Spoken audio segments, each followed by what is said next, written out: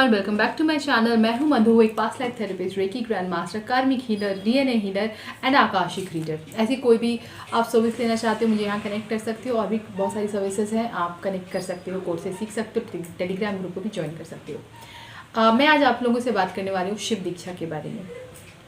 शिव दीक्षा बहुत ही सिंपल चीज़ है, सुनने में लोगों को बहुत कॉम्प्लेक्स लगता है। लोग बहुत नियम लगाते हैं, नियम बताते हैं। हमारे यूनिवर्स में इतने नियम नहीं हैं। लोगों ने अपने हिसाब से, कुछ लोगों ने शास्त्र में पढ़ा, उसके हिसाब से चीज़ें लाए हैं। तब का समय, आपका समय, जितना मुझे ब्रह्मांड से कहना 108 कल गुजर चुके हैं। सारे मनवंतर वगैरह सबको एक बार महादेव ने जब कैलकुलेट करते तो 108 कल पास, उसके बाद ही इस कलयुग का एकदम ही खत्म होना था। जो मेन एनर्जी थी द राक्षस, जिसको अभी कलयुग के नाम से जान रहे हो, पहले कलयुग के नाम से जन्मा था।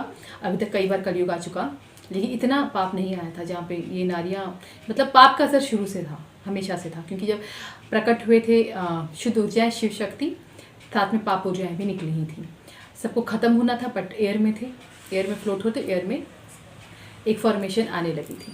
तो ऐसे में पाप का असर हम जान रहे हैं 4-5 हज़ार साल तो नहीं, अकॉर्डिंगली हो चुके हैं, कुछ कल्प हो चुके हैं। पाप का असर बढ़ा हुआ था, तब से ये पाप बढ़ने लगा था। स्पेशली वुमेन का शोषण, जो कलयुग के एनर्जीज में ज़्यादा थी, द काम एनर्जीज, वो कलयुग में बढ़ रही थी, इसको ख़त्म करना था। तो कलयुग की जो एनर्जी थी, जिसके हम इस अभी भी सब कल्कि ही कह रहे हैं, तो वो कल्कि का एक कल्पना थी, तो वो सत्य भी हुआ है, इसीलिए ख़त्म होना था। तो नॉट अबाउट 4.5 लाख नहीं, वो एक नॉर्मल गणना थी कल्पों की। तो कल्पों की गणना भी खत्म हो जाएगी, बट जो पुराणों में बताया गया है जनरली वो चीज़ स्थापित हो जाती है मन में, तो वही चल रहा है। बट एक्चुअली इस कल की ये जो कलयुग का ये जो फिगर था, ये जो पर्सन था, सूक्ष्म ऊर्जा थी, इसको ख़त्म करने के लिए बहुत ज़्यादा शक्तियों के साथ भगवान तक को जन्म लेना पड़ा था। कई जन्मों से सब जन्म ले रहे हैं, सबके यूनाइट होकर जन्म ले रहे हैं, शिव एंड शक्ति जन्म ले रहे हैं विथ यूनाइटेड। इस टॉपिक के बारे में बिल्कुल बात नहीं करेंगे, हम शिव दीक्षा के बारे में बात करने वाले हैं। शिव दीक्षा क्या होता है, उसे क्यों लेना चाहिए और होता क्या है उससे। सबसे पहले मैं बताती हूँ कि गुरु जो है, जो गुरु होते हैं वो सिर्फ शिव हो सकते हैं और कोई नहीं होता है। मैं खुद देखती हूँ कई घरों में लोग भगवान को बिल्कुल पूछते ही नहीं, सिर्फ गुरु को पूज रहे हैं, उनके मंत्रों का जाप, उनका सब कुछ। मुझे समझ नहीं आता, देखने वाला तो ब्रह्मांड है, देखने वाला भगवान है, तो एक मानव है, वो किस हद तक प्रोटेक्ट कर सकते हैं। हम भी तो अब भगवान में जन्म ले रहे हैं ना, तो मानव बॉडी में उन पे भी रिस्ट्रिक्शंस आ जाते हैं। पता है, जो कह रहे हैं ना कलयुग में कि भगवान भी कमज़ोर पड़े, पाप ज़्यादा मजबूत होता है, दैट वाज द रीज़न। ऐसे आह्वान हुए कलयुग में कि भगवान को जन्म लेना पड़ेगा उसको ख़त्म करने के लिए, कि अब जन्म लेके ही ख़त्म करना पड़ेगा। क्योंकि धीरे धीरे आतंक बढ़ने लगा था कलकी का। कई बार राम आए, कृष्ण आए, बहुत कुछ हुआ, इसमें थोड़ा आतंक बढ़ने लगा था। तो यूनाइट होकर सबने जन्म लिया कि क्या है ये आह्वान कर करके जन्म कराओ, भगवान नीचे आएगा तभी तो मैं ऊपर नहीं आ सकता। बहुत सारी स्टोरीज हैं इन चीज़ों में। इसीलिए यहाँ पे भगवान की एनर्जीज कमज़ोर पड़ी थी। जब भगवान तक की एनर्जी अभी कमज़ोर पड़ गई, तो मानव को जो हम एकदम सब कुछ मान लेते हैं कि भगवान पूजा तक नहीं करते हैं, क्यों कमज़ोर पड़े होंगे भगवान? उनकी एनर्जी हमने ही तो चुनाव किया ना ज़्यादा पाप एनर्जी का। बुद्धि क्यों इतनी फेरी? कल्पना थी, कलयुग की कल्पना थी कि अब मेरा समय आ गया, भवाएं मेरा साथ देने वाली हैं। इसीलिए तो हम भगवान को छोड़ के अगर मानवों पे टिके, तो मानव भी अगर भगवान तक नहीं पहुंच रहा है, तो वो पूजा चीज़ें ऊपर नहीं जाएंगी। तो गलती हम कर रहे हैं। कभी भी पुराने समय में शिव के अलावा तो किसी को गुरु मानना है, हमारे ब्रह्मांड में ऐसा कोई रूल ही नहीं है। Only Shiva, he is the guru, क्योंकि हमारा परम ही वही है, शिव ही हमारे परम है। आप देखते हो ना अग्नि स्तंभ, देखोगे मूवीज़ वगैरह में, सबसे पहले सूर्य का गोला प्रकट हुआ था बड़ा सा, जिसे बिग स्टार सन कहते हैं, वही सदाशिव है। वो सदाशिव एनर्जी एक बाहर करी थी, जो शिव शक्ति की एनर्जी थी, जो हमारे यूनिवर्स में आए। और तब वो भी ऊर्जा पूरी शिव ऊर्जा ही थी, क्योंकि उस टाइम भी अग्नि थी। मेन ऊर्जा वो सदाशिव थी, जिसने बाहर किया था। उस ऊर्जा में शिव ही क्या कहूँगी, शिव शक्ति ऊर्जा थी, क्योंकि उसमें मेल एनर्जी भी थी, उसमें फीमेल एनर्जी भी थी। ध्यान से वो दोनों एनर्जी अलग हुई थी, तब जाकर शक्ति अलग हुई हैं। That is again a different story. सारी स्टोरी मेरे पास अलाइंड है, दिमाग में आते रहता है कि चीज़ें बतानी है, लेकिन बहुत लंबी लंबी स्टोरीज़ है। So I am in a mood की पॉडकास्टिंग ही कर दूँगी, लाइक ऑडियोज़ बनाऊँगी एंड थोड़ा सा वीडियो पर एडिटिंग वगैरह करके आपको बताऊँगी। मुझे सामने बैठ के बताने का उतना टाइम नहीं मिल पाता है, क्योंकि एकदम चैनल होता है, एकदम चैनल के बताती जाती हूँ। सो दैट इज़ अगेन कितना टाइम लग जाएगा मुझे नहीं पता होता है, इतना ज़्यादा डाउनलोड आता है। एक किसी का सवाल था आत्मा के बारे में, आगे ना डाउनलोड किया, आत्मा प्रकट कैसे हुई थी, सृष्टि शुरू कैसे हुई थी, बाबरे कितना नॉलेज। आप तो कोई लोग बहुत अच्छे सवाल करते हो, तो अपने आप चैनल होता है कि ये बोलते हो, तो रियल स्टोरी इन दैट, बहुत सुंदर स्टोरीज़ है। मैं नहीं जानती पुराणों में कितना क्या है, बट मैं रियलिटी ज़्यादा देख जानना चाह रही थी, तो वो मुझे पता भी चल रहा है कि एक्चुअल में कैसे प्रकट हुआ था सब कुछ। तो अगेन कमिंग बैक, शिव को ही दीक्षित करना चाहिए अपनी सुरक्षा के लिए। अगर हम शिव को गुरु मान लेते हैं तो आपको जब भी प्रॉब्लम होती है लाइफ में, तो हम सिर्फ उनका आह्वान कर सकते हैं। शिव का जो गुरु रूप है उनको आदि गुरु भी कहते हैं, बट शिव भी कहें महादेव कहें वो एक ही हैं।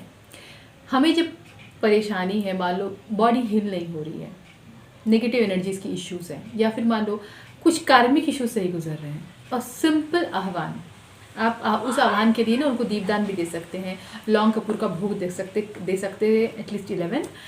मैं महादेव का आह्वान करती हूँ, मैं शिव का आह्वान करती हूँ, मुझे हील करें। जो एग्जैक्ट अगर कोई इशू है, मैं इस कार्मिक पैटर्न को हील करें, मेरा मार्गदर्शन करें, इस तरह से आह्वान कर सकते हैं। एक ही बार करना होता है। उसके बाद क्या आपको गाइडेंस जो भी देना होगा वो भी होगा, और आपको बॉडी को हील करने का उनको परमिशन मिल जाएगा। तो ब्रह्मांड से एनर्जी आएगी और आपकी बॉडी को हील करेगी। इस हीलिंग में जो मैं अभी मुझे चैनल हो रहा है, प्राइमरी चीज़ जो होती है आपकी प्राण ऊर्जा को ऊपर कम से कम हृदय तक लाना। प्राण ऊर्जा सोल चक्र से क्रिएट होती है, हृदय चक्र और सोल चक्र ऊपर नीचे थोड़ा होता है, उसी में एनर्जी अलाइन होती है जिसे हम प्राण ऊर्जा कहते हैं। प्राण निकलना, उसकी लाइट नीचे भी गिरती है। वो लाइट अगर नीचे गिरेगी ना, तो आपकी लाइफ में नेगेटिविटी की इश्यूज ज़्यादा रहती हैं। किसी भी तरह के हालात नेगेटिव हो जाते हैं, तो कभी सोच नेगेटिव हो जाती है, कभी बीमार ज़्यादा रहते हो। तो हम जब ऐसे आह्वान करते हैं तो हमारी प्राण ऊर्जा को पहले उठाया जाता है। अगर वो बहुत नीचे है तो आपका आभास दिया जाएगा, एक और बार आह्वान करो या एक और बार भोग दो आह्वान के साथ, तो आप कर सकते हो। ज़्यादा परेशानी तो मैं तो कहती हूँ 3 से 4 दिन रोज़ करना चाहिए, रोज़ आह्वान के साथ, ताकि और क्लियरिंग होती रहे। क्योंकि हम जब एक बार आह्वान करें तो प्रॉब्लम सॉल्व नहीं होती, रिलीज नहीं होती, लेकिन आपकी लाइफ में इश्यूज अगर कुछ ब्लॉकेजेस आ रहे हैं तो आपको तो पता नहीं होगा कि अगर कहीं कोई ब्लॉकेज तो नहीं आया मुझे हीलिंग में। तो अगर लगे नहीं कि मुझे अभी और हील होना है, 1 से 2 दिन बाद लगे और हील होना है, तो फिर भोग दो। तो आई वुड सजेस्ट कि 3 दिन रोज़ दो। और इससे भी आसान पता है क्या, शिव दीक्षा लो।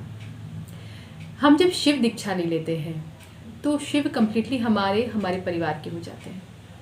हम अपनी सुरक्षा उनके हाथ दे देते हैं, लेकिन इसके लिए आपको छोटे मोटे नियमों का पालन करना होता है। सिर्फ लेने से नहीं होगा, आपको ऊर्जाएं भी क्रिएट करनी होती है उनको ऊर्जा देने के लिए, ठीक है। मैं अगर आपको एक सिंपल चैनल मैसेज बता रही हूँ, सिंपली, क्योंकि मुझे ये शिव दीक्षा का इसीलिए क्योंकि मैं एवरी सिंगल लाइफ में शिव दीक्षित रही हूँ, हर एक लाइफ में शिव दीक्षित रही हूँ। इवन बुद्ध में भी जब मैं जन्मी थी, जो first thing at the download मुझे आया था, दैट वाज शिव दीक्षा। एकदम अनायास मैंने कहा था कि मैं शिव दीक्षित हूँ, मैं शिव का आह्वान करके उनसे दीक्षा लेती हूँ, आप हमेशा मेरा मार्गदर्शन करें। तो वो मेरा आज तक चल ही रहा है। इस जन्म में भी बहुत ही अचानक मैंने ये बात कही थी कि आप ही मेरी गुरु हो। एंड देन पास्ट लाइफ देखी तो it was about Diksha also. जब हम दीक्षित हो जाते हैं तो सिर्फ it's not only me, it's my family, सब प्रोटेक्ट हो जाते हैं।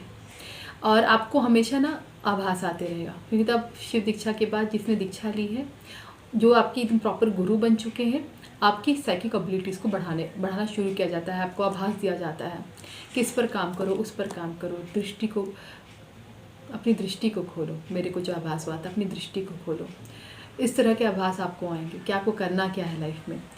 इसीलिए इसके लिए भी सिंपली है, पानी, हाथ में जल लेकर, कोई अग्नि के ऊपर से हाथ रखकर या हवन वगैरह करके, कपूर लौंग का दान करके आप संकल्प ले सकते हो कि मैं शिव दीक्षा लेती हूँ। अपना नाम लेकर, मैं मधु शिव की दीक्षा लेती हूँ, मैं अब शिव दीक्षित हो गई हूँ। मैं और मेरा पूरा परिवार अब शिव से सुरक्षित है।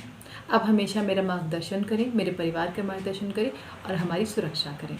अब अगर आपको हीलिंग की ज़रूरत है अपनी परिवार में किसी की, तो आप कह सकते हैं मेरी हीलिंग कर दें, उनकी हीलिंग कर दें, वो अस्वस्थ हैं उनकी हीलिंग कर दें, उनका मन ठीक नहीं है, जो भी है आप शिव से रिक्वेस्ट कर सकते हो, उनसे प्रे कर सकते हो, उनको बता सकते हो। और जनरली ये हमेशा बना रहे कि आपकी बॉडी उनसे हील होती रहे। आपको रोज़ उनके लिए हवन करो, चाहे जाप। इसमें रोज़ आपको ना कम से कम रोज़ 1 से 2 माला जाप आपको ओम नमः शिवाय का करना चाहिए। कोई भी शिव मंत्र, बेस्ट मंत्र लेकिन है ओम नमः शिवाय। यह मंत्र ऐसा है जो बिल्कुल यूनिवर्सल मंत्र है। गुरु से लेकर सीधे अगर आपके इष्ट हैं तो वहाँ पे हर तरह में ओम नमः शिवाय सबसे शक्तिशाली मंत्र हो जाता है, क्योंकि उसमें ओम होता है, ओम बीज होता है, और सिंपल नमः शिवाय। हम शिव को हर रोज़ नमन करते हैं, मंत्रों को उनको एक्सचेंज करके, इससे उनको शक्ति मिलती है। हम जब दीक्षित हो जाते हैं, आह्वान कर देते हैं, तो हमारे पूरे परिवार की आत्मा पर वो आ जाते हैं। देखो बता रही हूँ तो मुझे अब समझ पा रहा है कि शिव मेरे पूरे परिवार के आत्मा पे है कैसे। मैं शिव दीक्षित हर जन्म जो रही हूँ, तो मेरी हस्बैंड और मेरा बेटा हर जन्म मेरा है, हम तीनों ही हैं। जब भी शादी की है तो हम ही तीनों हैं, और बच्चे रहे होते रहे हो, एक ही बच्चा ही मेरा है, और ये मेरे एक पति हैं। तो ये चीज़, हाँ, इसीलिए हर आत्मा पे शिव जुड़ती है। आत्मा कहने का मतलब, हाँ, आपकी एनर्जी से शिव जुड़ जाते हैं। और वो जब जाप करते हो तो जिसने दीक्षा ली है, कोई भी कर सकता है दीक्षा। जब हम ले लेते हैं सप्तशती जिसने ली है उसको रोज़ जाप करना चाहिए। फैमिली में और भी लोग करते हो तो बहुत अच्छा, आपकी तरफ से भी उन्हें एनर्जी और ज़्यादा मिलती है। तो इससे जब एनर्जी एक्सचेंज भी होते रहता है, उनको एनर्जी भी मिलती रहती है, आपको हेल्प करते रहते हैं। किसी भी तरह के बड़ा कुछ भी अगर कभी कुछ हो उससे पहले उन एनर्जी उनमें होती है। तो जितना मंत्र जप सको उतना अच्छा। 1-2 माला मैंने कम से कम कहा, जितना जप सको। माला का टाइम नहीं होता, कम से कम 1 माला जप करो, और फिर मन ही मन कभी भी किसी भी मानसिक जप करते रहो, मन में एकदम ओम नमः शिवाय, ओम नमः शिवाय, ओम नमः शिवाय। इससे आप और स्ट्रांग हो जाओगे, आपकी एनर्जी और स्ट्रांग होगी, तो आपकी सिद्धि शक्ति अपने आप स्ट्रांग होती है। आपकी एनर्जी जितना स्ट्रांग, आपकी सिद्धि शक्ति उतनी ज़्यादा स्ट्रांग। इसलिए एनर्जीज पर काम करना होता है बहुत ज़्यादा ज़रूरी। तो आई गेस कि ये चीज़ बहुत आसान होगी और आप सब करने वाले हैं। शिव दीक्षा ले लीजिएगा। हाँ, शिव दीक्षा में अगर रूल्स की बात करूँ, इसमें ऐसा भी कोई रूल नहीं, लेकिन आपको शुद्ध रहना है।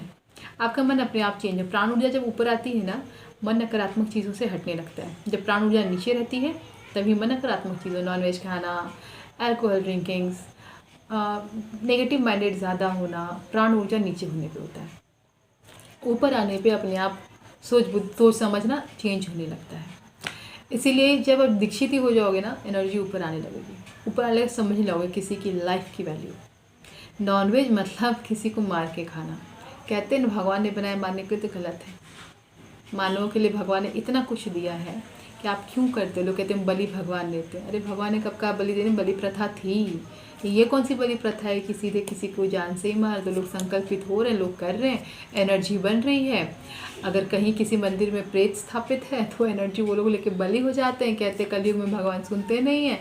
खून का एक्सचेंज इतना होता है कि पता ही नहीं चलता कि ब्रह्मांड हो गया कि कहाँ गया। शुद्ध हवन से अगर बलि दी जाती है तो एनर्जी शुद्ध हो जाती है, उससे शक्ति भी मिलती है। तो उसके लिए फिर बकरा देना क्या ज़रूरी होता है। 100 नारियल दे दो, इक्विवेलेंट एनर्जी है। बकरे की क्या ज़रूरत होती है। लेकिन पता नहीं लोग खून ही देना चाहते हैं। लोगों की ना मेंटालिटी हो गई है। इसीलिए इन चीज़ों से आप हटने लगोगे। लाइफ की जब वैल्यू समझना होगे ना, हटने लगोगे। क्या ये अच्छा नहीं है, नहीं करना चाहिए। ये ड्रिंकिंग्स वगैरह से हटने लगोगे। मन में अगर नेगेटिव इमोशन ज़्यादा है, आप हटने लगोगे। इतना पावर होता है दीक्षा में, वो भी शिव की। मैं आम की मानव की बात नहीं कर रही। अब कितने भी एनलाइटन हो, चाहे आप शिव हो सकते हैं, शिव तुल्य अपने लिए हो सकते हैं। सिर्फ अपने लिए। मैं ही परमात्मा हूँ, मैं ही ब्रह्म हूँ, अपने लिए होता है, दुनिया के लिए नहीं होता है। मैंने सुने हैं कुछ एक थॉट्स, ऐसा खुद को भगवान मानते कि खुद ही भगवान बनने का सोच रहे थे कि हम ही भगवान हैं। ठीक है, भगवान तक भी जन्मे हैं ना, तो भी मानव शरीर में जन्म लेते हैं, और उनका एक ब्रह्म स्वरूप ऊपर में ही होता है, ब्रह्मांड में। तभी दुनिया चलती है, वरना सारे भगवान एकदम से पूरा का पूरा मूल जन्म ही ले लेंगे, दुनिया चलेगी कैसे। ब्रह्मांड में उनका एक मूल स्वरूप है, वहीं से सब अलाइन होकर जन्म। लेकिन वो नॉन कॉन्शियस एनर्जी, नीचे कॉन्शियस एनर्जी है। लेकिन इतनी कॉन्शियसनेस है कि अगर मेरे शरीर तक को कुछ हो तो है देखने के लिए आपको। इसीलिए भगवान में मूल जन्म ले तो भी एक मूल ऊपर है। तो हम तो मानव मेरे बाबा, परमात्मा खाली अपने लिए हो सकते हैं। हम परमात्मा के चुने हुए होते हैं जब हम दूसरों के लिए काम करते हैं। इसलिए अपनी थॉट्स को थोड़ा सा बदलना होता है, सोचना समझना होता है। बाकी इस वीडियो से रिलेटेड और भी कोई हो बात तो आप मुझे पूछ सकते हो, और वीडियो से रिलेटिव आप पूछा कीजिए, क्योंकि इतने सारे क्वेश्चन इधर उधर आते हैं, मैं भी भूल जाती हूँ। तो वीडियो में क्या क्या बताया मैं वो भूल जाती हूँ। अब इधर उधर क्वेश्चन पूछते तो मैं कमेंट में कितना बताऊँगी। हाँ, आप टॉपिक्स आप मुझे रिकमेंड कर सकते हो कि आप इस पर वीडियो बनाइए। मैं लिखते जाती हूँ, उतना जवाब नहीं दे सकती हूँ, मैं लिखते जाती हूँ, क्योंकि मुझे भी अच्छा लग रहा है इन चीज़ों पर बताना। हाँ, और एक और बात, रेकी के लिए आप लोग बहुत लोग कनेक्ट कर रही हूँ, मैं लाऊंगी वीडियो। ठीक है, अभी बहुत चीज़ों में सिर्फ मैं वीडियो वो कोर्सेज़ पर काम बिल्कुल कर ही नहीं पा रही हूँ। मैं रेकी में आप लोगों को क्या क्या चाहिए वीडियो, ठीक है, जो on a general basis, on a general public, मैं जो वीडियो ला सकती हूँ मैं लाऊंगी, आप लोगों को बताऊंगी। क्योंकि जो मेरा बेस है ना, रेकी, लॉ ऑफ अट्रैक्शन, ये तो मैं नहीं छोड़ूंगी। तो आप लोग मुझे बीच में टॉपिक्स बताते रहना, ताकि मैं भी चैनल के माध्यम से, डाउनलोड के माध्यम से आप लोग को बता सकूँ। बाकी अब मिलते हैं नेक्स्ट वीडियो में। लंबी वीडियो फिर से हो गई, लगता है आजकल लंबी वीडियो बनने वाली है। मिलते हैं नेक्स्ट वीडियो में। Bye, take care.